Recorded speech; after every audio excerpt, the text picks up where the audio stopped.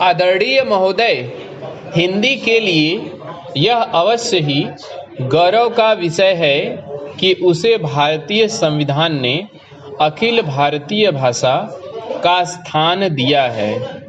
इससे हिंदी भाषियों और हिंदी से संबंध रखने वाली सभी संस्थाओं का दायित्व बहुत बढ़ गया है।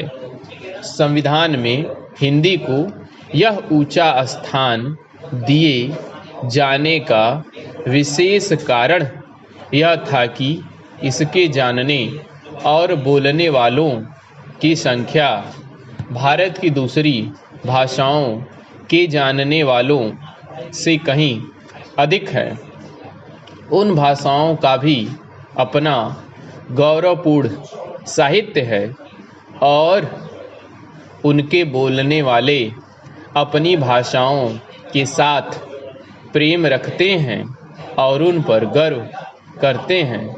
इसलिए सभी ने हिंदी को जब वह स्थान दिया है तो यह समझकर नहीं कि उनकी अपनी भाषा किसी बात में कम है, पर यह समझकर कि राष्ट्रीय काम के लिए हिंदी का ही प्रचार और प्रसार सुगम और सुलभ होगा।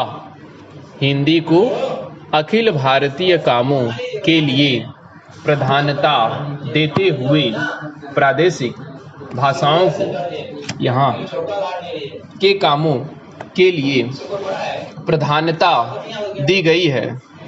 इसलिए यह अनिवार्य है कि जहाँ हिंदी का प्रचार हो वहाँ प्रादेशिक कामों के लिए स्थानीय भाषाओं को भी प्रोत्साहन दिया जाए और वे अपने सीमित क्षेत्र में अपना काम सुचारू रूप से करें। शायद यह कहना भी अनुचित न होगा कि हिंदी भाषी राज्यों में जो हिंदी का वही स्थान होगा जो किसी भी प्रादेशिक भाषा का उसका अपने राज्य में, पर अन्य भाषा भाषी राज्यों में सीमित काम और अखिल भारतीय क्षेत्र में प्रायः सभी काम हिंदी द्वारा किए जाएंगे। हिंदी भाषियों का प्रयत्न यह होना चाहिए कि अहिंदी भाषियों ने जिस सद्भावना से हिंदी को राष्ट्रीय कामों के लिए स्थान दिया है, उसी सद्भावना के साथ वे हिंदी के प्रचार में तत्पर हों। हिंदी को किसी भी प्रादेशिक भाषा से होड़ नहीं है। सच पूछिए तो हिंदी भाषियों को अन्य प्रादेशिक भाषाओं का पोषक और समर्थक होना चाहिए।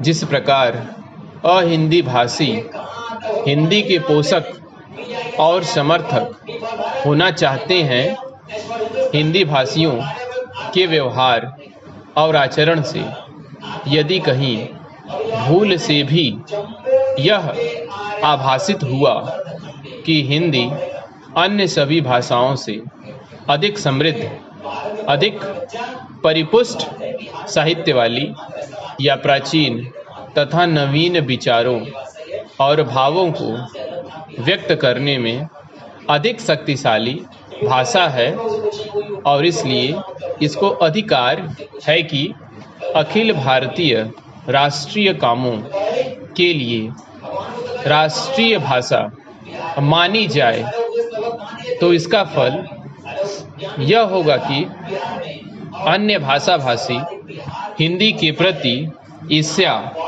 करने लगेंगे और जो संविधान चाहता है वह काम पूरा नहीं हो सकेगा और हिंदी उस स्थान को प्राप्त नहीं कर सकेगी जो संविधान ने उसे देने का निश्चय किया है।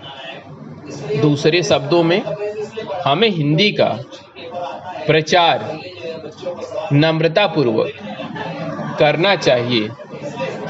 मुझे यह कहते हुए बड़ा हर्ष होता है कि इस दिशा में नागरी प्रचारणी सभा का दृष्टिकोण सदा से व्यापक और उदार रहा है। सभा के पदाधिकारियों तथा कार्यकर्ताओं ने सदा ही अन्य भारतीय भाषाओं का समुचित आदर किया। यह सभा की परंपराओं के अनुकूल ही है कि हीरक जयंती के उपलक्ष्य में एक प्रकाशन योजना बनाई गई है।